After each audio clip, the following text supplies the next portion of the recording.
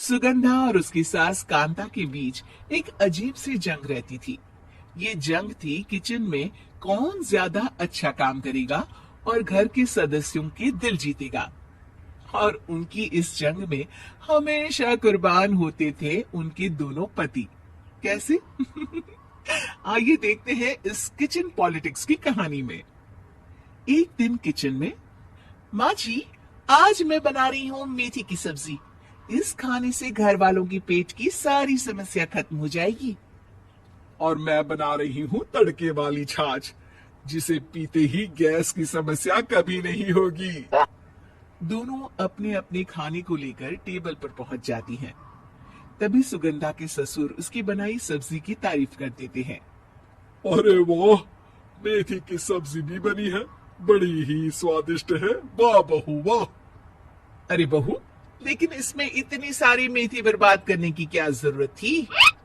देखिए माँ जी, ये तो वो मेथी है जो आप रात में भिगोकर सुबह उसका पानी पीती हैं, और जो मेथी फेंक देती हैं, उसी से मैंने ये सब्जी बनाई है। अरे वाह बहू, तुमने तो बड़ा ही समझदारी का काम किया। बस अब क्या था, कांता जी का तो मानो ये सुनकर खून ही सूख गया। वो फैसला कर लेती है कि किसी भी तरह वो अपने खाने की तारीफ लेकर ही रहेगी और सुगंधा को किचन में उसकी कमियां गिनाएगी।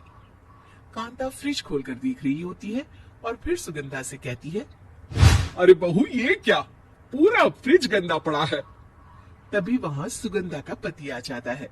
वो सुगंधा को डांट कर कहता है, सुगंधा, तुम्हें कितनी बार कह रखा है कि वायरस फैल रहा है, साफ सफाई का पूरा ख्याल रखना है, लेकिन तुम किचन में इतनी गंदगी रखोगी तो कैसे चलेगा। सुगंधा सास की तरफ देखती है जहां वो मुस्कुरा रही होती है। सुगंधा समझ जाती है कि सास ने उससे बदला लेने के लिए ये सब किया है। दोनों रात के खाने की तैयारी में लग जाती हैं। दोनों ना एक दूसरे की तरफ देखती हैं और ना ही एक दूसरे से बातें करती हैं।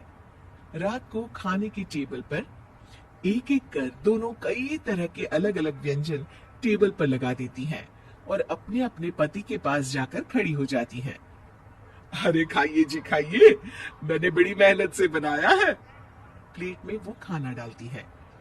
सुगंधा भी दोनों की प्लेट में खाना डालती हुए कहती है, बड़ी ही मेहनत लगी है इस खाने को बनाने में। हाँ, दोनों को ना चाहते हुए भी सारा खाना खाना पड़ता है।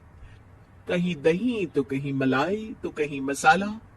और इन सब के बाद दोनों बड़ी ही मुश्किल से अपने कमरे में सोने जाते हैं। लेकिन अगली सुबह सुगंधा का पति चिल्ला रहा होता है, हाय रे, हाय मेरा तो पेट खराब हो गया। हाय माँ, बहुत दर्द हो रहा है। तो वहीं कांता के कमरे से भी कुछ ऐसी ही आवाज आने लगती है।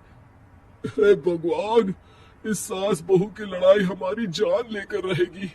जाओ कोई डॉक्टर को बुला कर लाओ। डॉक्टर आते हैं।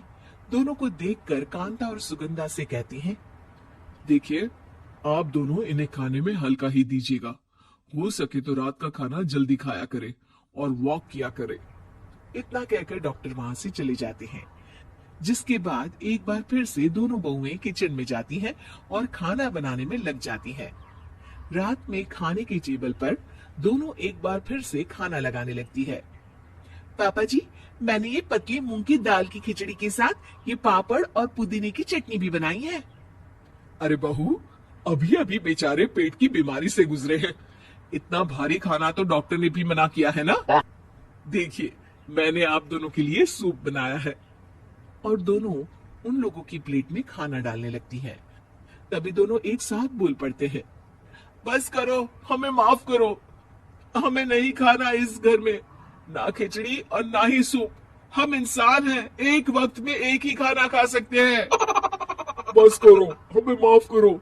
हमें नहीं खाना इस घर में, ना खिचड़ी और ना ही सूप। हम इंसान हैं, एक वक्त में एक ही खाना खा सकते हैं।